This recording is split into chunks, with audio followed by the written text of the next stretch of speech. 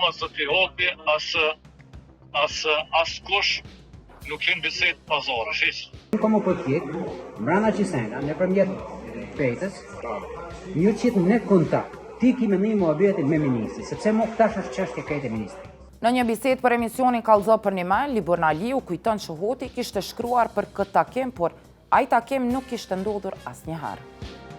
Për neve që kjo kone rëndësishme me pas një sharën për anës juj, nëse ndonjëherë kam rrit kjo investitor deri tek kjo, me bisedat që i ka zhvillu zotri Hoti me investitorin. Mos të t'i hopi as kush nuk jenë bisedë pazare, shish. Në rregull. Në kafenet e Rahovecit ishte mbajtur një takim ku tema diskutimit ishte leja ndërtimore për një investitor nga diaspora. Aty ishin përmendur 60.000 euro metod dhe veprimet e cilat do duhet të ndërmerreshin. Protagonisti i ngjarjes ishte shefi zyrës ligjore të komunës së Rahovecit Isak Hoti. Ai premtonte investitorit se do i organizonte një takim me ish-ministrin Aliu. Takimi sipas incizimeve do të mbahej në Tiranë për shkak se Aliu po qëndronte për një kohë në atë zonë.